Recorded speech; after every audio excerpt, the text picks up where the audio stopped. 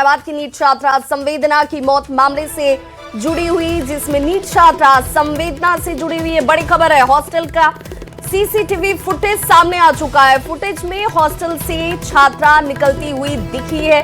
हम आपको वो सीसीटीवी फुटेज भी दिखाएंगे। शंभू गर्ल्स हॉस्टल का ये वीडियो, और ये देखिए इस वक्त आपके टीवी स्क्रीन पर जहानाबाद की नीट छात्रा संवेदना को लेकर ये सीसीटीवी फुटेज इस वक्त सामने आता हुआ, जिसमें तस्वीरें आप देखकर समझ सकते हैं। शंभू गर्ल्स हॉस्टल का ये वीडियो है। बेहोशी की हालत में लेकर लोग उसे यहां से भागे, गोद में उठाकर छात्रा को ले जाया गया। इलाज के लिए छात्रा को ये लोग लेकर सीधे यहां से अस्पताल की तरफ भागते हुए आपको दिख रहे होंगे। 6 जनवरी की शाम की ये फुटेज बताई जाती है, जिसमें नीट की इस छात्रा संवेदना को यहां से लेकर लोग अस्पताल की तरफ भागते हुए दिख रहे हैं। शाम 4 बजे का ये फुटेज बताया जाता है।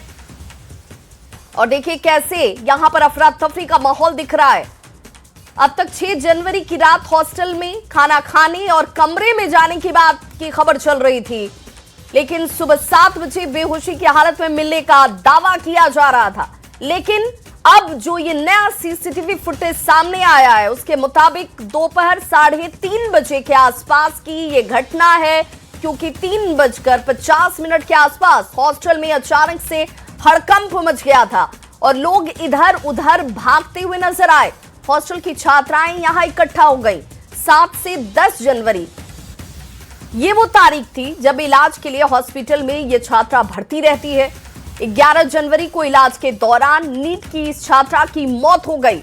लेकिन ये फुटेज अपने आप में बहुत कुछ सामने ला रहा है। शंभू गर्ल्स हॉस्टल का ये वीडियो फुटेज इस वक्त आपके सामने टीवी स्क्रीन पर बेहोशी की हालत में 6 जनवरी शाम 4 बजे का ये फुटेज है। यानी कि 6 जनवरी को ही इस घटना के बाद छात्रा को अस्पताल पहुंचाया गया। ये 6 जनवरी की ही घटना है और शाम 4 बजे का यानी कि दोपहर का वक्त जब इस छात्रा को यहां से अस्पताल तक पहुंचाया जाता है और अफरा तफरी साफ तौर पर हॉस्टल के अंदर नजर आती है। संवाददाता अमित हमारे साथ इस वक्त ज्यादा जानकारी के साथ फोनलाइन पर जुड़ गए। अमित, अब तक ये कहा जा रहा था कि 6 जनवरी को रात में छात्रा जो है वो खाना खाकर कमरे में जाती है, सोती है, फिर सुबह में ये चीजें सामने आती है, लेकिन इस फुटेज से तो ये थ्योरी बिल्कुल पलट जाती है। यहाँ पे जो है साफ तौर पे उल्लेख है, पिता ने जो एफआईआर दर्ज कराया था और जो खबर लगातार हम बता रहे हैं, पहले भी बताया कि ये छात्रा जो है वो 5 तारीख को जहानाबाद से आई है, 5 तारीख को रात में खाना खाई है, माँ से बात की है, 6 को जो है दरवाजा नहीं खोली है सुबह से लेकर दोपहर तक, तब जाकर के जो हॉस्टल में जो दूसरी सहेलियां हैं, वार्डन हैं, उन्होंने दरवाजा खुलवाने की कोशिश की और तकरीबन 3:30 के बाद जो है वो हलचल बढ़ी हॉस्टल में। और 3:50 पे जो एक वार्डन है वो दौड़ते हुए गई है। दूसरी जो छात्राएं हैं जो इनके साथ दूसरे कमरे में रह रही थी वो वहां पे हलचल करते हुए नजर आ रही हैं। और 3:50 से ये फुटेज जो है 4:02 तक का सामने आया है। और इसमें 4 बजे के आसपास में एक व्यक्ति जो है वो जो छात्रा है बेहोशी की हालत में, वो 6 जनवरी की 3:50 पे हलचल तेज हुई। 4:01 अमित जरा ये बताइए, चूंकि इन तस्वीरों में हॉस्टल की वार्डन भी संभवतः नजर आ रही है, कई छात्राएं नजर आ रही है, एक शख्स जो गोद में उठाकर इस संवेदना को अस्पताल की तरफ भाग रहा है वो भी दिख रहा है। तो क्या इनकी आइडेंटिटी सामने है? क्या इनसे पूछताछ हुई है कि कैसे बिना कोई पुलिस वाला यहाँ मौजूद नहीं था, फिर इसके बाद भी इस छात्रा को यहाँ से लेकर ये लोग भागते हुए दिखे? देखिए, पुलिस को जो सूचना मिली वो अस्पताल जाने के बाद, यानी कि प्रभात मेमोरियल में जब एडमिट होगी छात्रा, उसके बाद पुलिस को सूचना दी गई।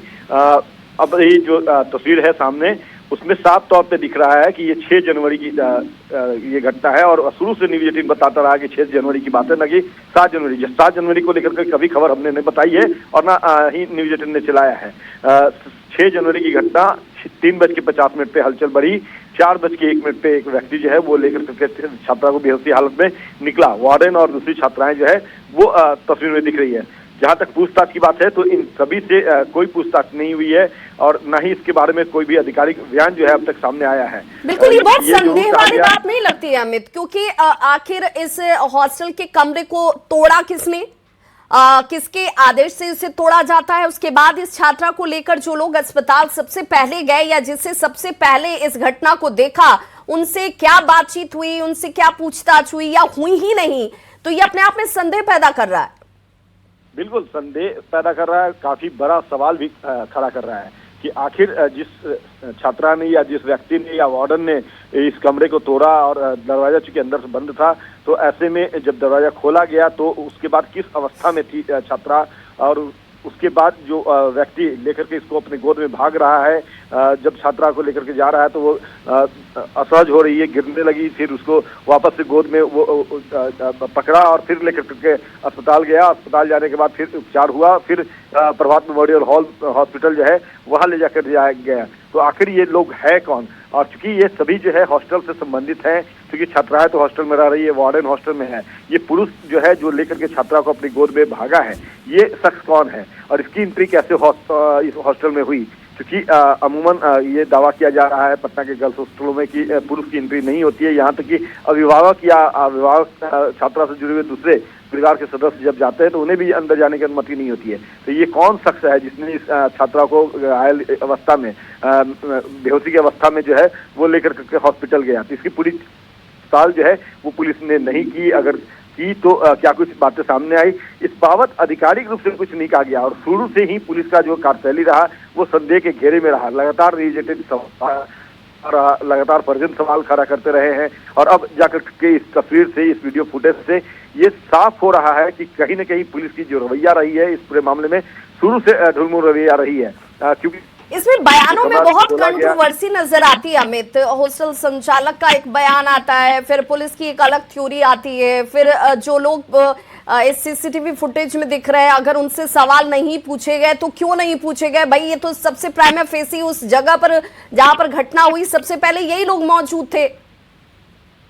बिल्कुल ये सवाल है और इसी सवाल को लेकर के जिस दिन पटना एसएसपी ने इस बात को डिनाई किया था कि लड़की के साथ कोई रेप की घटना नहीं हुई है, उस दिन भी मीडिया कर्मियों ने उनसे सवाल किया था कि चलिए ठीक है रेप की घटना नहीं हुई, लेकिन ये बेहोश किस अवस्था में हुई, कैसे अस्पताल पहुंचाया गया, इस बाबत पटना पुलिस के पास कोई माकूल जवाब नहीं थे, अब भी नहीं है और उस वक्त भी नहीं थे। यहाँ तक कि पुलिस कप्तान से लेकर के अगर हम पटना के एसएसपी या फिर बात डीजीपी लेवल तक की कर लें तो कहीं भी अब तक माकूल जवाब नहीं दिया गया। हाँ, जरूर आनंद फानंद में इस केस को, क्योंकि बिहार विधानसभा का सत्र जो है वो 2 फरवरी से शुरू हो रहा है, कल से शुरू हो रहा है, तो इस मामले को लेकर के सदन में हो हल्ला होता, विपक्ष जो है हमलावर पहले से है इस मामले को लेकर के, तो सरकार अपनी कहीं न कहीं बिहार पुलिस की जो छवि है जिस पर सवालिया निशान लगे हैं, जो दाग लगे हैं, उससे बचने के लिए आनंद फानंद में इस केस को जो है वो सीबीआई को अमित, लेकिन सवाल तो तब भी उठेगा कि भाई क्या बिहार पुलिस सक्षम नहीं है, क्या एसआईटी सक्षम नहीं थी तब सीबीआई जांच की जरूरत पड़ गई?